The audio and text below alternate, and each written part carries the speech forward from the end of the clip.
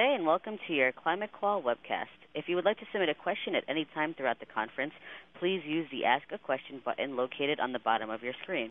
It is now my pleasure to introduce Martha Cirilito. The floor is yours. Thank you. I'm Martha Cirilito, and it is my pleasure to welcome you to the ClimateQUAL Webcast, the second of 5 webcasts we are offering this year, featuring some of the best practices in deploying the assessment tools the Association of Research Libraries is bringing to the library community. So thank you to all of you for joining us today. The webcast will be recorded and made available on YouTube for later viewing as well. Just a couple of logistical things. Everyone will be muted to cut down on background noise. We welcome your questions. Please type your questions and we will answer all of them. Questions and answers that we do not answer, as well as the ones we address during the webcast, will be distributed to attendees after the webcast along with the recording. I would like to take a few minutes to briefly mention all the people that will be featured in today's webcast. We have here with us today, apart from myself, Paul Hengis, Associate Chair and Director of Graduate Studies and Professor for Social Decision and Organizational Science at the University of Maryland, Jay Schafer, Director of Libraries, and Diana Williams, Assistant Director for Human Resources at the University of Massachusetts Amherst, Jean Zanoni, Associate Dean of Libraries at Marquette University. Both Jay and Jean have gone through the ClimateQUAL process and have a lot of valuable information to share with us. And my two close colleagues here at ARL, David Green, who is managing the communication parts of the ClimateQUAL project, and Sue Boffman, our Deputy Director, who has been involved in this effort from the very beginning. So I'm glad all of these people are here with us today. The way we have structured the agenda for the next hour, we will cover a brief history of ClimateQUAL. Paul Hengis will talk about the research elements that the survey, the standardized ClimateQUAL survey measures. We will hear the rationale for using ClimateQUAL from the leadership perspective that Jay and Diane and Jean will share with us. And we'll have more information from them later on acting on survey findings. And in between, David Green will tell us about the logistics of conducting ClimateQUAL, how you manage the survey, the methodology, and then a focus on the results. As I said, back with Jay and Jean, and Sue Boffman will also emphasize that part. We will try to integrate Q&A throughout the webcast, and we hope to be able to answer at least a couple of questions during the live webcast. If we don't answer some of the questions during the webcast, we will provide written answers to all the questions, as I mentioned. Now, if we take a few seconds to give us an answer to the poll presented here to you, David prepared this poll. David, would you like to tell us a couple of words about what we ask people here? Sure. Thank you, Martha. Hello, everyone. First of all, we're just a little curious about whether your library or organization has done an employee climate survey already. So we have a few options here that hopefully is being presented to you right now. First, yes, that you have done ClimateQUAL before. Second, yes, you've done a survey of employee climates, but not ClimateQUAL. And third, no, but you might be thinking about it, and that's probably why you're on this call right now. So I will let this run for a few seconds more while we get your answers, and then I will stop the question and show you the results, and then we can move along. So I'll go ahead and stop that now. And the results? And show you the results. So, Martha, you can move on. How many people do we have that have done ClimateQUAL? let's see. About 12% have said that they have done ClimateQUAL before. Okay. 15% they've done a different survey. All right. Thank you. So what is ClimateQUAL? ClimateQUAL is a way of measuring staff perceptions concerning the library's commitment to the principles of diversity, organizational policies and procedures, and staff attitudes. The goals of the ClimateQUAL effort are summarized in this slide. Our goal is to have a tool that would assess the health of a library, whether the policies, procedures, and practices of a library are supporting its mission and facilitating meeting current and future customer needs. We also want to develop a database of norms to help libraries interpret the results by comparing their local results to a larger normative pool of data. The project includes an active community of libraries that share experiences and interventions to improve the effectiveness of the libraries that are participating. We have regular meetings held twice a year. And we track changes in libraries over time with this tool to permit objective feedback regarding effectiveness of attempted interventions. At the end of all of it, there is an empirical validation of the healthy organization theory model, and Paul will tell us more about the theory and the research behind it. So, how has it started? It started back in 2000 as an effort known as Organizational Climate and Diversity Assessment, OCDA, at the University of Maryland, when the University of Maryland Libraries partnered with the University of Maryland Industrial and Organizational Psychology Department. The goal was to examine diversity, climate, and culture in the library and gather baseline data. The effort was repeated in 2004 at the University of Maryland Library again, and that time they examined managerial practices, the team development efforts that were underway, and the continual learning aspects of the organization. Now, in 2007, an SARL had engaged in the development of a variety of different tools to measure effectiveness of libraries in new ways. The University of Maryland Libraries brought the idea to ARL for running a pilot across a small group of ARL libraries to see if the model can be expanded across a larger number of libraries. And the effort was successful.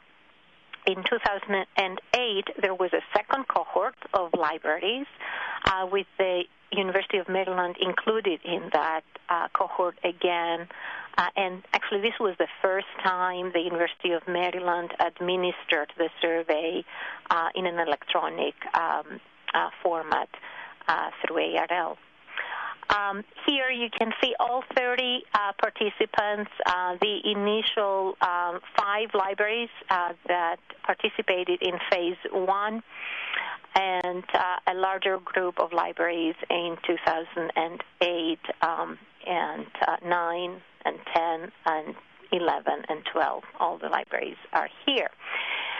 The following set of slides, and I'm going to breeze through those relatively quickly, shows the institutions again with the number of staff that responded to each survey and the response rates. As you can see, the response rates are very good, in the range of 70 to 80% for the most part. And in some instances, we've had student assistants that were included as part of the survey, of the ClimateQUAL survey. We have been able to build a rich website where there is more information available for you to look at. We'll mention some of the additional resources we have available there, including a video by Paul Hanges Paul is actually here with us today to tell us a little bit more about what ClimateQUAL measures. Paul. Thank you, Martha. Well, what I'm going to do is give the information about the research elements, so the theory that's behind ClimateQUAL. And this comes from the organizational science literature. In particular, we look at the personality of each library. In particular, we call that the organizational climate.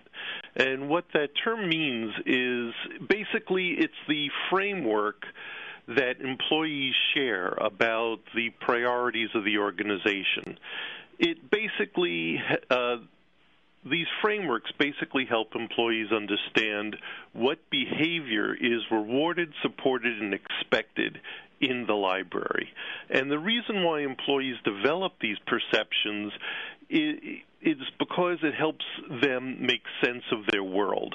And as a result of this developed framework, they can then go about their lives at work and understand the policies, practices, and procedures of the organization and understand what are the expected behaviors, why does the organization act in certain ways, and why do they establish certain policies, practices, and procedures.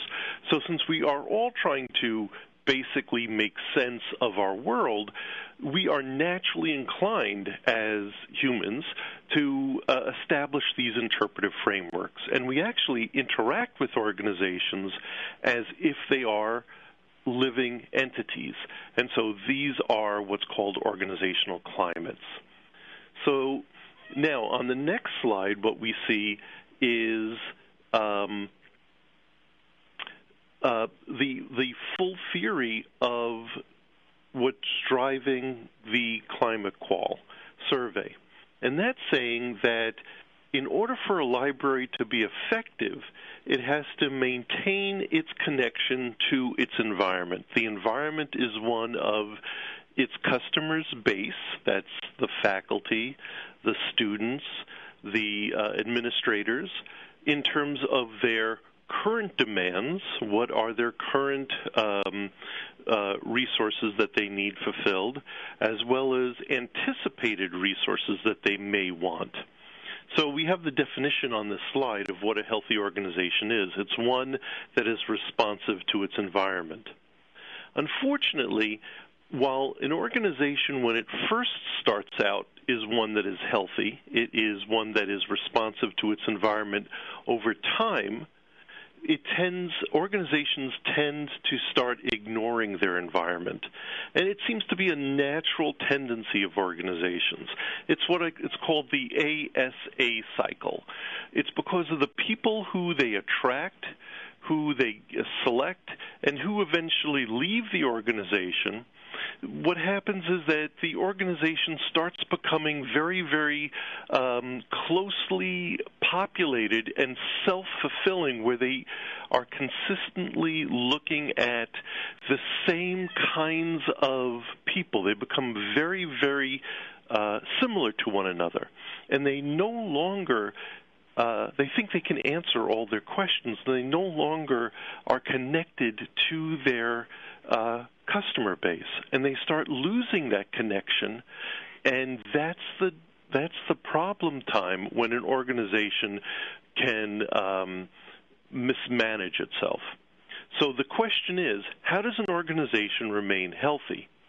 Well, these are the steps that they can do to remain healthy, that is, to remain in touch with their environment. One thing you can do is to anticipate environmental change, such as surveying your customers or doing some sort of formal assessment of the broader societal trends. You could actually, if you have a diverse workforce, do some sort of internal feedback, because if your current workforce is diverse enough and resembles the population of your customers, then your workforce and their feedback could be a reflection of your customers' desires. So the second part, requiring an organization that can change, once you understand what the organization needs to do, then you have to ask, well, can the organization change to meet the demands of the environment?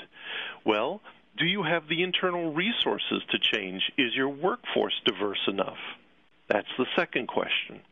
Then finally, can the organization maintain its diverse workforce? And in order to maintain the diverse workforce, you have to do a couple of things, such as, do the employees feel empowered? If they feel empowered, they're more likely to stay with the organization. Do they feel that management values them and treats them fairly? If so, they're more likely to stay. So these are the things that a healthy organization tends to do. It anticipates what are the changes that are coming from the environment. It tends to keep resources and available things inside the organization that enable it to change, and then keeps the resources, the human resources, in the organization, so that once it has this diverse human capital, it can keep them for a long time. Now, ClimateQUAL measures these organizational climates. What we see in this slide are the 9 different measures of organizational climate that are assessed in ClimateQUAL. I'm going to go through some of these in more detail. Okay. First are climate for deep diversity and climate for psychological safety, and these are really essential to the theory that drives ClimateQUAL. Climate for deep diversity, and as you see here, we have an item from the survey, is the extent to which the organization really does value people with different perspectives. This is important to assess the extent to which the organization has people inside who have different perspectives, and that assesses the aspect of the theory that looks at the extent to which the organization has a workforce that is diverse and maybe matches the diversity of its customer base. Climate for psychological safety is an important concept because it's okay to have a diverse workforce, but if they're afraid to speak up, if they get criticized when they are challenging the status quo, then you essentially do not gain anything as an organization. Climate for psychological safety is the extent to which it is okay for somebody to speak up and challenge the status quo. As we see in the next slide, we have issues dealing with fairness, and this pertains to keeping the diverse workforce. Organizations that are fair are able to keep diversity. Now, fairness is actually more complex, and what you see in ClimateQUAL, we measure 4 kinds of diversity.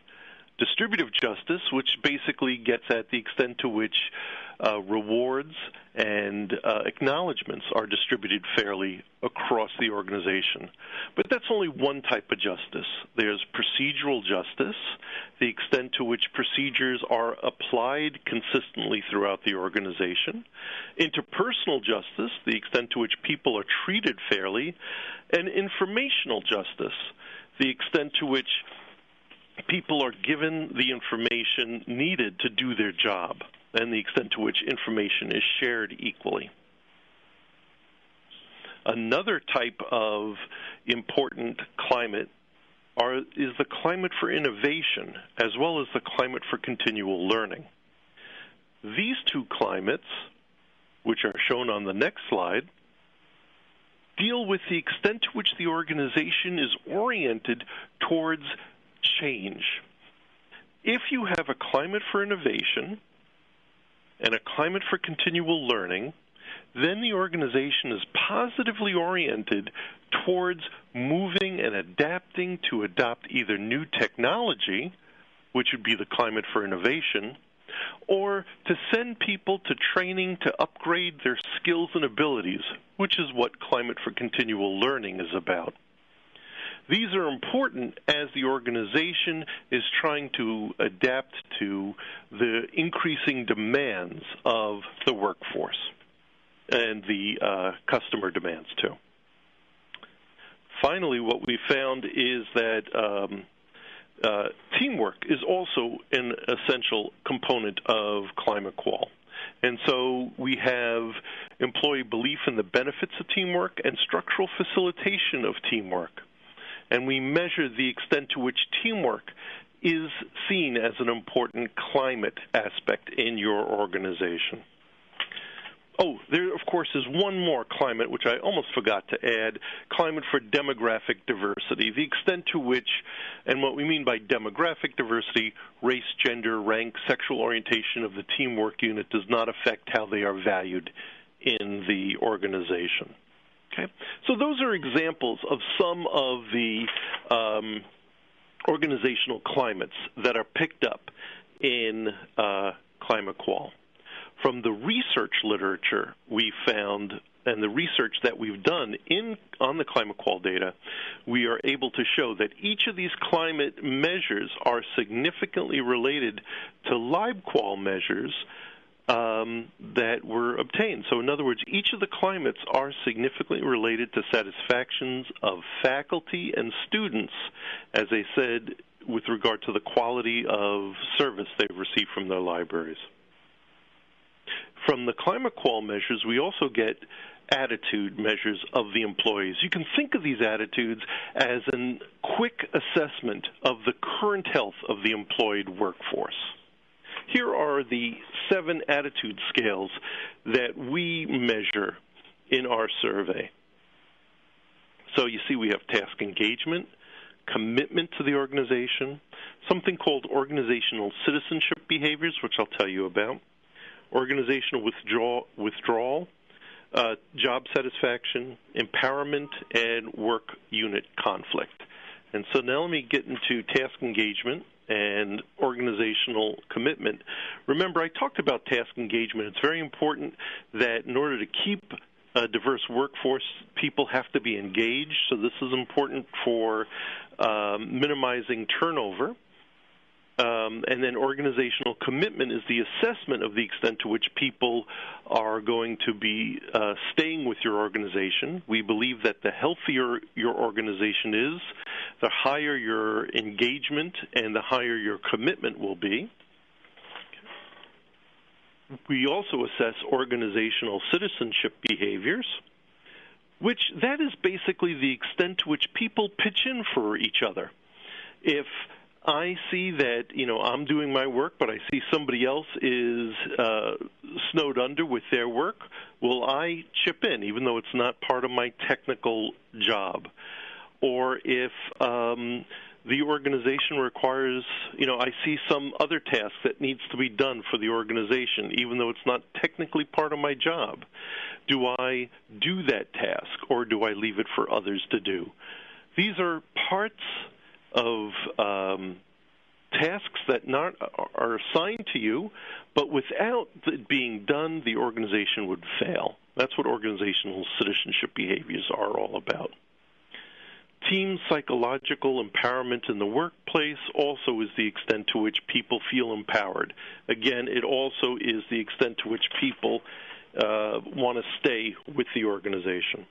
And then we have the 2 negative aspects, organizational withdrawal and work unit conflict. So this organizational withdrawal is the extent to which individuals are thinking of leaving the organization, and work unit conflict is the extent to which groups in the organization are in open conflict with one another.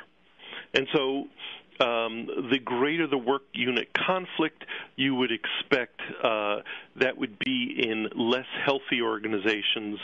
And with withdrawal, while we don't expect withdrawal to ever be zero, and that may not be healthy, what we're looking for is not a withdrawal level that is at a huge level. And those are the measures that are assessed in ClimateQUAL. And these measures, Paul, are they used outside libraries too? Yes, absolutely. So we originally came up with these theories both in terms of the specifically in terms of the attitude scales. These are common kinds of assessments that are used to assess the health of individuals at work, as well as the health of organizations in the broad organizational literature, both for profit and nonprofit organizations. In terms of the climate scales, some of the climate scales have been used before in non-library settings. Our concept of the healthy organization was originally designed for libraries, but there's nothing stopping it from generalizing it to other non-library situations. Thank you, Paul. And as we will see with our next two presenters, we'll see how the University of Massachusetts Library decided to do ClimateQUAL. Why did they do ClimateQUAL? Jay, Diane? Thank you, Martha. Why did we choose to do ClimateQUAL at UMass Amherst Libraries?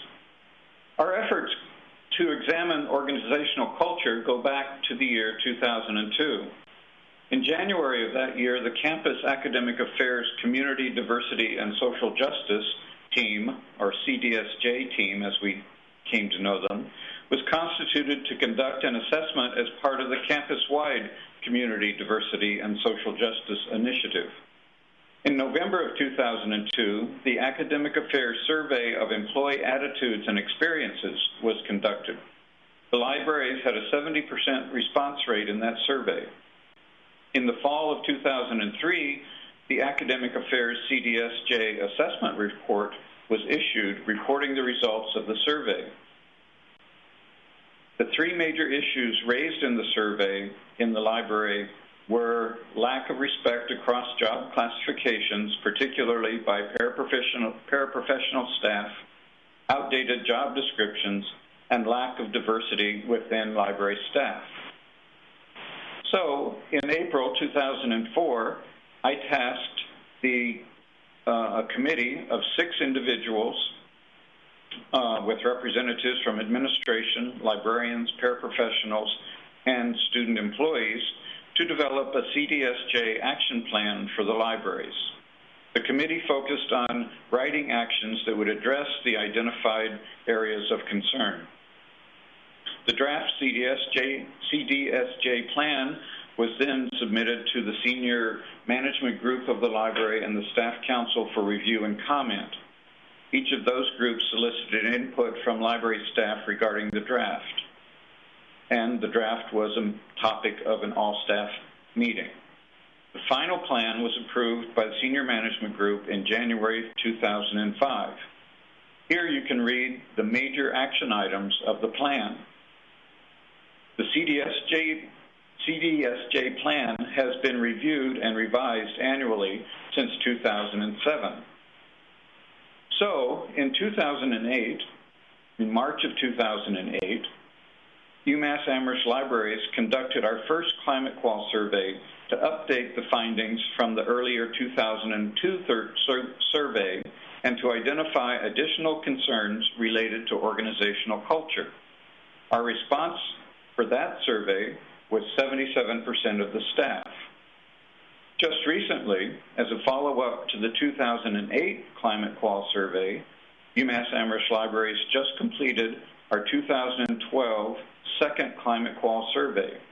Our response on this survey was 76% of the staff.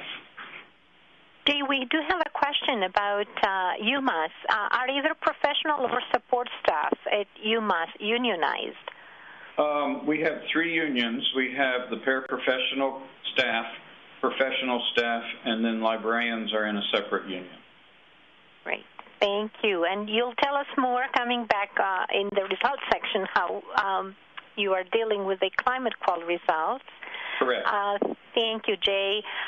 Now, let's okay, here, I did miss actually forwarding your slide. I was reading the question from the Q&A tab. This is your last slide where you summarize the 76% response rate from the 2012 more recent ClimateQUAL survey, and we'll come back to hear about your results. But before that, let's hear from Jean Zanoni from Marquette University about the motivations they had at their institution regarding the implementation of ClimateQUAL. Jean? Thank you, Martha, and good afternoon to the audience. I'll give you a little background on Marquette University. We have a private mid-sized institution in Milwaukee, Wisconsin, and the library has 70 staff members, so relatively small. It's evenly divided between librarians and support staff, and we have a leadership group consisting of 4 department heads and 2 associate deans, all of whom report to the dean of libraries, so we're a relatively flat organization. So in terms of our decision to use ClimateQUAL, we administered ClimateQUAL about a year and a half ago in November of 2010, and typically to gain some insight into staff attitudes and give them the opportunity to reflect on the climate of the organization. Since the arrival of our Dean of Libraries, Janice Welburn, in 2005, there's been significant changes to the library's organizational structure and the way the organization operates. So she believed, and the leadership group also agreed, that ClimateQUAL was an excellent method of soliciting that feedback. ClimateQUAL is also a way to get the comprehensive picture of the organization.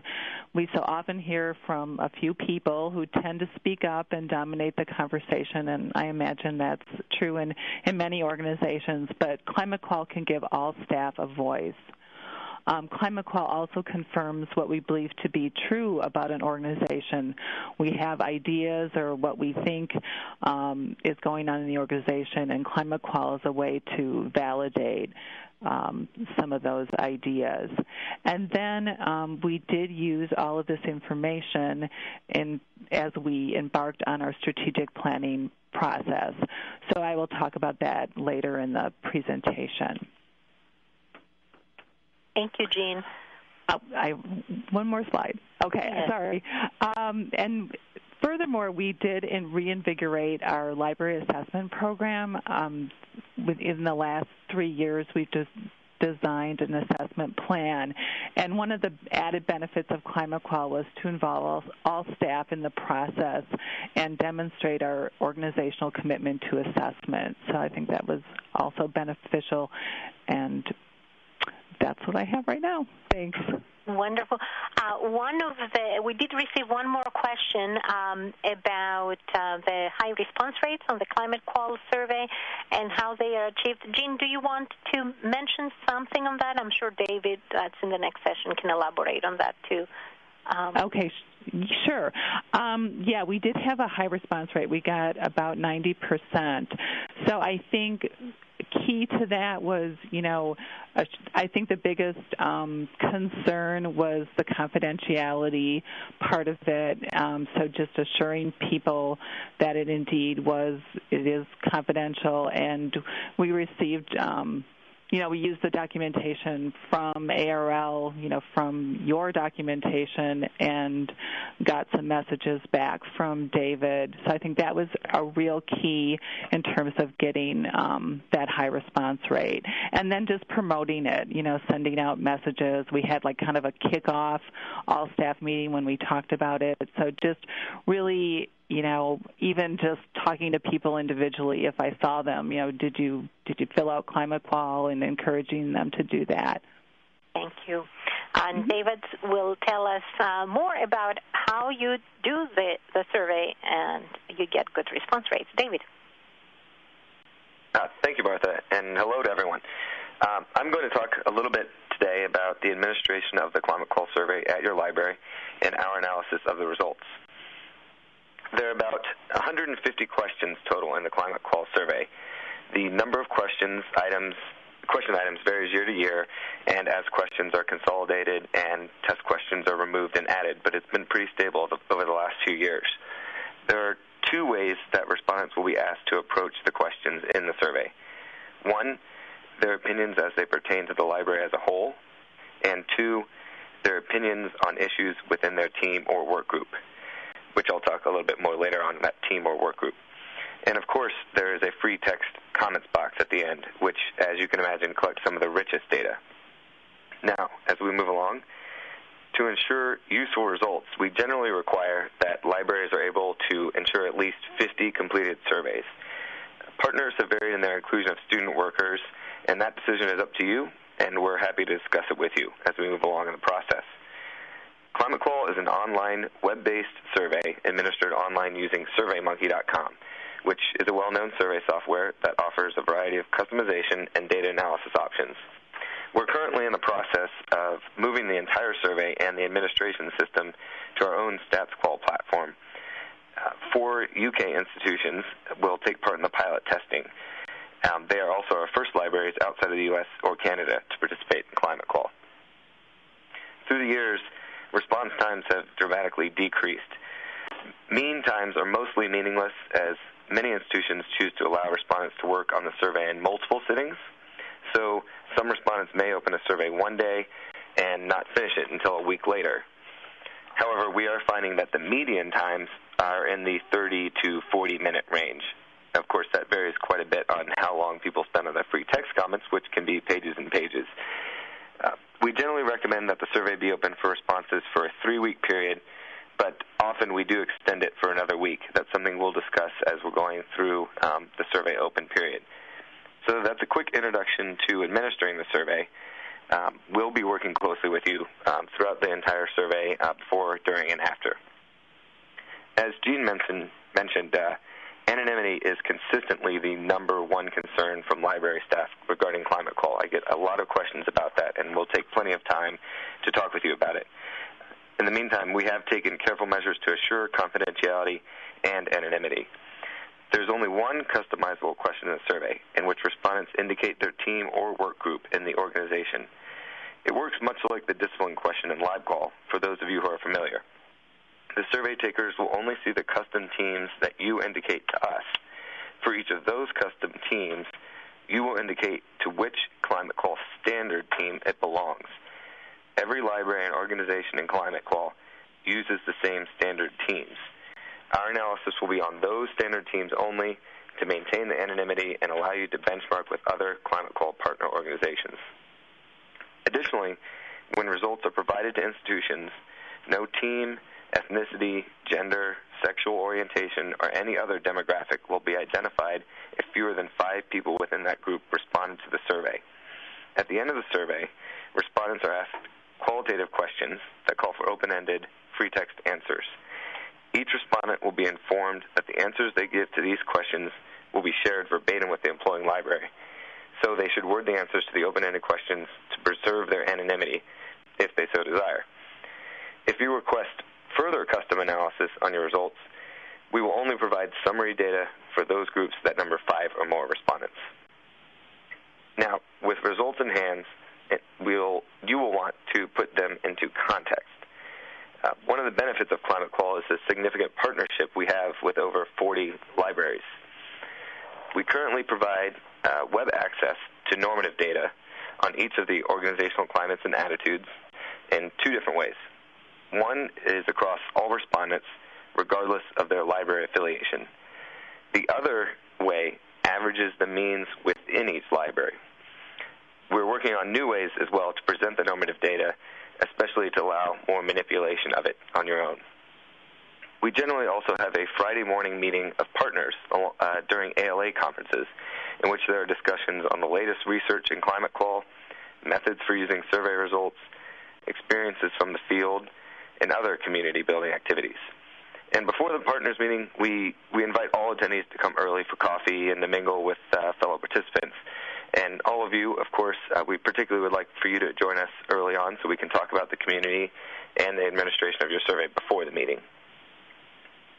Finally, after you do receive the analysis of your results, you'll no doubt have a number of questions rattling around your brain, particularly using the results to develop improvement strategies.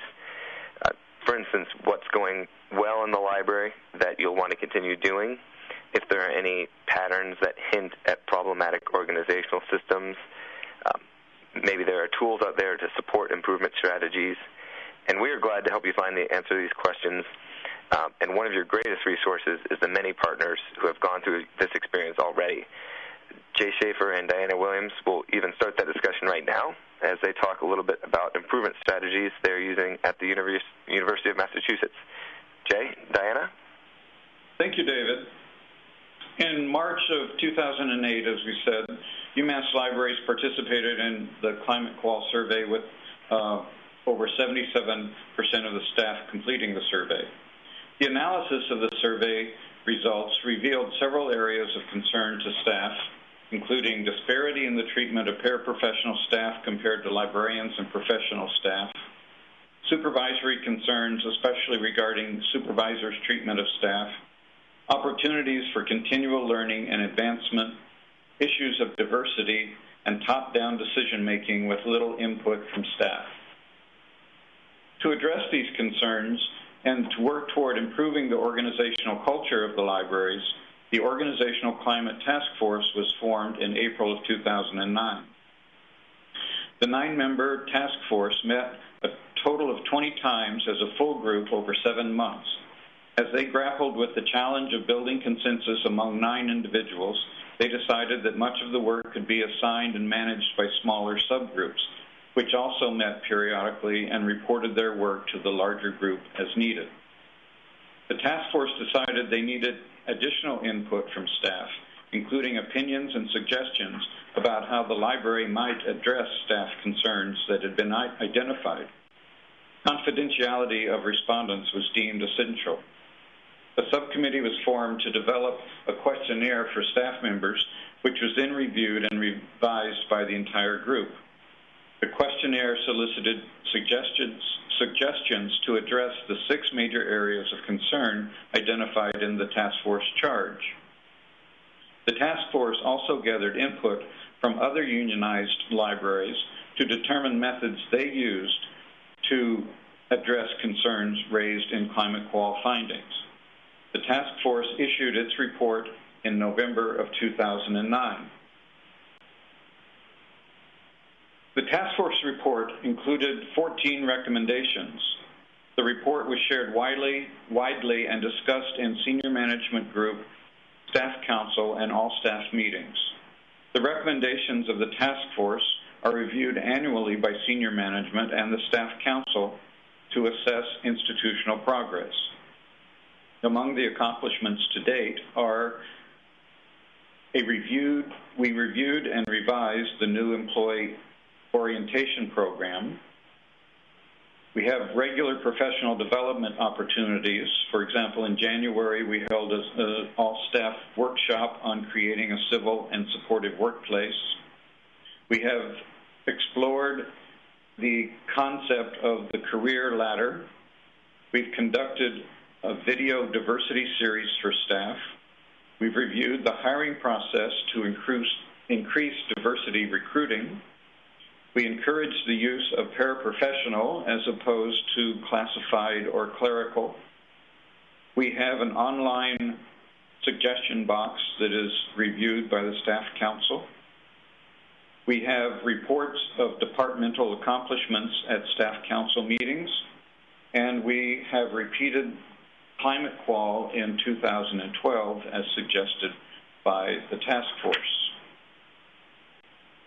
So in the next slide, we are now awaiting the results of our 2012 survey conducted for 3 weeks in March and April.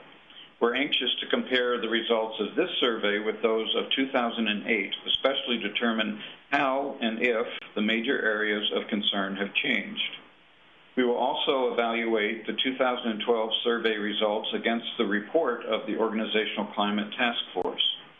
Depending on the survey results and the recommendations of Senior Management Group and Staff Council, we may well again look to establishing a second Organizational Climate Task Force. Thank you. Thank you, Jay. What do you think might be some of the motivators for establishing a task force again versus not doing that? Well, I sincerely anticipate that we will, but I think the motivators will be to see and assess progress or lack of progress we've made over the last 4 years, on addressing concerns that the staff identified in that 2008 survey. If we have solved all of the concerns raised in the 2008 survey and there are no more concerns raised in the 2012 survey, I guess there won't be a need for a second task force, but I anticipate that we will need to continue our work on improving the organizational climate within the library. I don't think it's something that you'll be able to just, after 4 years, say you're done and go on. Yeah, it's a continuous process. Thank you very much, Jay. And let's hear from Jean and some of the improvement strategies they've been using at Marquette. Jean? Okay, thanks, Martha. In terms of interpreting and sharing the results, I'll start with that. And we received tremendous support from both Martha and David and Paul in terms of interpreting the results that we received. So we had some discussions with them, and then we to analyze and share those results, we decided that our best strategy for doing so was in 3 phases. So we started out then with an intensive discussion with our leadership group. So we would gain a collective understanding of the results for the entire organization. Then we also worked with department heads on understanding ClimateQUAL information relevant to their respective units. And then thirdly, a large-scale rollout for our entire staff on the various issues and results of the survey, so we could all build that shared understanding of what we learned. And here on the next slide is an example of what we did share at an all-staff meeting, and here are 3 of the organizational attitudes, and we did provide that context. So the results, percentages of positive responses from Marquette as compared to the other libraries that had participated at that point. I think that was a good way of presenting that data. Some resulting initiatives, we're doing a number of things. We have been doing a series of workshops, a couple on conflict resolution and one on improving customer service. We have engaged in discussions with our on diversity with our Associate Vice Provost for Diversity and Inclusion, and those discussions have ranged from general discussions on diversity to more specific in terms of hiring and effective search strategies. We use ClimateQUAL data to review our committee structure to improve that effectiveness and our overall effectiveness. And we continue to work with our leadership council and department heads on department-specific issues. As we continue to engage in assessment activities, subsequent to ClimateQUAL, we did another round of LiveQUAL, and more recently we created an interactive library user suggestion blog.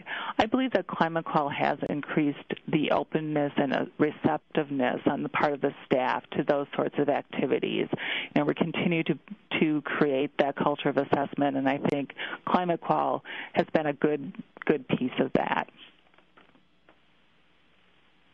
One of the most important uses of ClimateQUAL has it's led to a more informed strategic planning process, and we began that process a couple of months ago, and we started out with redefining our mission and vision in a way that's more reflective of the information and lessons we've learned from ClimateQUAL. And as you can see, here's the newly articulated mission and vision. We've also used ClimateQUAL to better inform us about our strategic values. In some cases, the data we received from ClimateQUAL confirmed our values, but in others, we found the values to be strengthened. The good news is that we believe that ClimateQUAL confirmed that all our basic values, all 5 of them, access, collaboration, diversity, excellence, and integrity, are shared throughout the organization.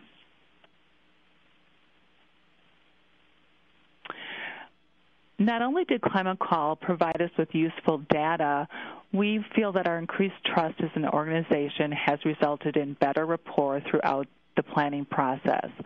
There's also a greater understanding across our organization of the priority and benefits of organizational development. Organizational development is a key priority of our new plan, and the tenets of ClimateQUAL are present in the language of the plan and the mutual agreement of where the plan will take us. And the slide has the language of the plan for the priority of organizational development. So as you can see, using ClimateQUAL has had valuable and lasting benefits for our organization. Thanks. Thank you, Jean. We are really excited to see the way the ClimateQUAL is informing the strategic planning process at your institution. There was a question for Jay. Jay, are you still on the line? Yep. The question is whether you've looked or you plan to look, if you haven't looked, at the different segments of the staff population, the way you describe them. I believe that question came from the same person that asked whether your staff is unionized, and whether you've seen differences among the different segments.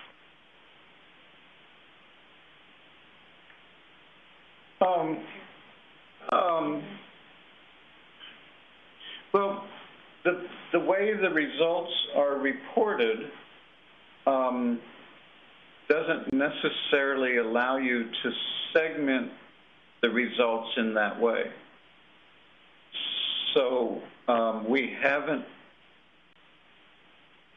are very aware as a result of the survey about the issues that we have with paraprofessional, professional, and librarians. And I think many of those issues are exacerbated by the unionized environment, where we have three separate contracts with three separate levels of pay and service. But I think that what ClimateQUAL has done for us is to raise our awareness of this issue in the organization, rather than using the results of the survey to identify specific issues within each of these three groups. Mm-hmm. Great. Thank you. That makes sense? Yeah. Yeah. It's there is some customization, but it's not unnecessarily along these segments. Thank you, Jay.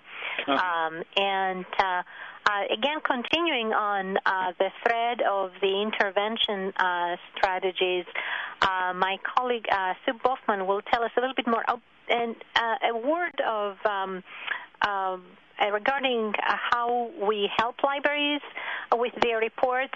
Sue, David, and I recently have institutionalized a process where when we release an institutional notebook to a participating library, we have a phone call with them and discuss extensively with them how they can interpret the results they see within their notebook. Sue, please share with us your perspective. Thanks. Right. Thanks, Martha. Hi, everyone. So analyzing the ClimateQUAL results takes time, and libraries work to develop activities that are going to be meaningful to the library and the staff. And the strategies that you've just heard mentioned by Jay and Jean are ones that other libraries have also implemented. And so what I want to do in the next few minutes is, add a few more examples of strategies that libraries are using and tell you about something that we're doing as we work with libraries to hear what they're doing with the results. And so for the past several years, libraries, as David mentioned, we've been coming together as a community to share ideas about improvement strategies. So we've begun to create maps, if you will, that connect the survey scales to the organizational systems within the library that affect the policies and procedures and practices that are in place. And we've also identified organization development tools that you can use to better understand what is occurring in the library that is leading to the staff perception. So it gets to some of the a couple of the questions that were just asked and answered. And so this example that you can see is the climate for interpersonal justice or fairness. And so the systems that as we've listened to the community and what you're doing with the results, we've begun to identify systems. And so some examples here for this particular scale include, institutional values that Jean talked about with their strategic planning. It could be a system of the budget, what's happening within your budget, your compensation system that you have in place, even your performance management or your rewards and recognition systems.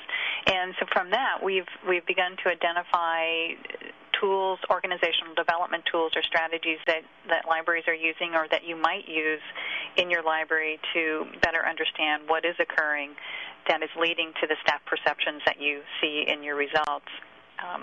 And so several of the OD tools for this particular scale could be doing focus groups, interviews. I think Jay talked about doing small group discussions and having small groups work on several of the issues to identify what strategies might work. And so then the last column here shows several examples of what other libraries are doing with respect to this particular scale of fairness. Creating a staff intranet, a number of libraries have done that. Creating a staff recognition committee to address rewards and recognition is another one. So to show you another example, we've looked at an organizational attitude here as an example of organizational citizenship behaviors. So we've done the same thing as we've identified different improvement strategies. So some systems that would apply to citizenship behaviors are communication, again, the values. And in this case, it could be leader behavior, what's happening within the leadership of your organization, and certainly staff development and training. And so some OD tools that might work to help you better understand what's happening with this scale, again, could be focus groups and interviews. Appreciative inquiry might be used as well. And what we're finding is that a number of libraries with this particular scale have developed training. It says training, but it should be training for supervisors and or core competencies. A number of libraries have begun to develop core competencies for supervisors for expected behaviors and how those behaviors will be evaluated. But other libraries, one of the interesting things as we share as a community is that each of our libraries are very different, but we're also similar in some respects when we get our results. And so here you see a few more examples of some improvement strategies that several other libraries have implemented. And at the University of Maryland, where I worked, our Staff Affairs Committee took it upon themselves to review and suggest revisions to some of our policies and procedures that specifically affect staff and presented that to our library assembly. And so some changes were made. You see the example again of the staff intranet. The University of Connecticut did something with respect to the innovation scale and developed a process to give grants to staff who submitted proposals to a peer review team. And one of the things that we have learned as thinking about what we might share today about improvement strategies is a couple lessons that I just wanted to share with you before I hand this back to Martha. And you will get your results if you do the ClimateQUAL survey, and once you've decided the areas you want to address as you've done your analysis of the results, what we've learned is that it's helpful to identify 2 to 4 issues that you want to address in the first 6 months to a year. Don't try to tackle too many issues at once. It can become overwhelming for those who are implementing the strategies and for staff. One of the things that we did at the University of Maryland was to create a plan of our strategies similar to what our UMass colleagues have done, and then identified what 2 or 3 strategies we would implement first, and then once we completed those, then we would implement the next set of ideas. The other lesson I would share with you is that the more you engage staff in discussing the results and identifying the strategies, the more success you'll have in implementing change and being successful in doing so. And I think as a result, there's more buy-in from staff and participation from them. So with that, as you can see, there's a lot of different strategies libraries have used, and it's helpful in our community as we share them to learn what others are doing so that we don't have to reinvent the wheel. So with that, Martha, I'll turn it back to you. Thank you, Sue. So we hope many more libraries will join us. We do have a question from a library that has less than 50 people as to how this survey can be implemented in a small organization with less than 50 people. Paul, are you still online?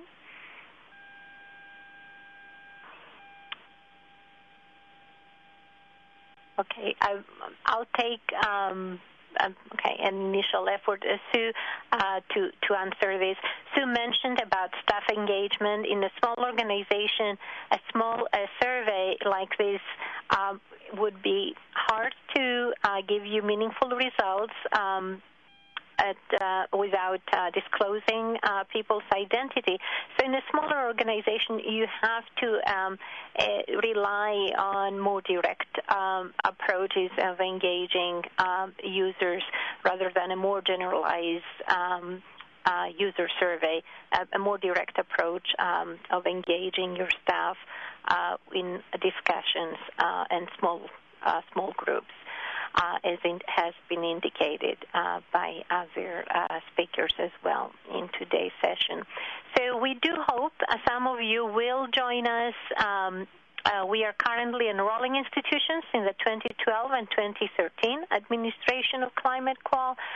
You can send an email, climatequal@arl.org, and more details on the call for participation are also available on the URL for the press release that is listed on this slide.